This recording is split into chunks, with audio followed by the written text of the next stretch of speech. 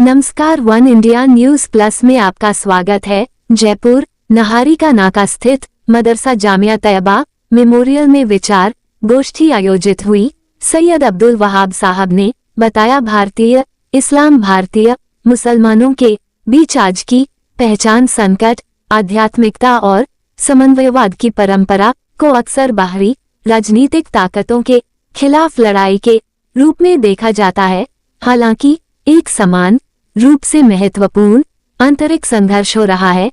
बाहरी कठोर विचारधाराओं द्वारा एक स्थानीय समकालिक परंपरा का क्षरण ये धार्मिक व्यवहार में बदलाव का प्रतिनिधित्व करता है। ये भी एक मौलिक परिवर्तन है कि दक्षिण एशिया में इस्लाम कैसे कार्य करता है। भारत में इस्लाम एक एकल कठोर आयात नहीं था, इसके बजाय यह एक स्थानीय विश्वास था जिसने उपमहाद्वीप के जटिल सामाजिक और सांस्कृतिक कपड़े के अनुकूल होने की अपनी क्षमता से अपनी ताकत को आकर्षित किया। इस विरासत को अब सख्त शाब्दिक व्याख्याओं द्वारा चुनौती दी जा रही है, जो भारतीय इस्लाम की भारतीयता को अपनी परिभाषित शक्ति के बजाय गलत के रूप में देखते हैं। हमें अक्सर भारतीय समन्वयवाद से जुड़े भावुकता से आगे बढ़ने की जरूरत है और बौद्धिक और सामाजिक ढांचे के कार्यक्रम की जानकारी मदरसा डायरेक्टर कारी मोहम्मद इशाक साहब ने दी। भारतीय इस्लाम भारतीय मुसलमानों के बीच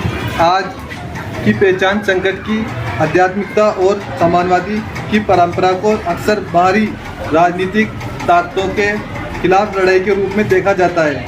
हालांकि एक समान रूप से महत्वपूर्ण आंतरिक संघर्ष हो रहा है। बाहरी कठोर विचारधाराओं द्वारा एक स्थानीय समकालिक परंपरा का क्षरण यह धार्मिक व्यवहार में बदलाव का प्रतिनिधित्व करता है।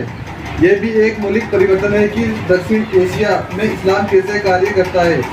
भारत में इस्लाम एक एकल कठोर आयात नहीं था, इसके बजाय एक स्थानीय विश्वास था जिसने उपमहाद्वीप से जटिल सामाजिक और सांस्कृतिक कपड़े के अनुकूल होने की अपनी क्षमता से अपनी ताकत को आकर्षित किया। इस विरासत को अब तक सख्त शाब्दिक व्याख्याताओं द्वारा चुनौती दी जा रही है, जो कि भारतीय इस्लाम की भारतीयता को अपनी परिभाषित शक्ति से बजाय गलत रूप में देखते हैं।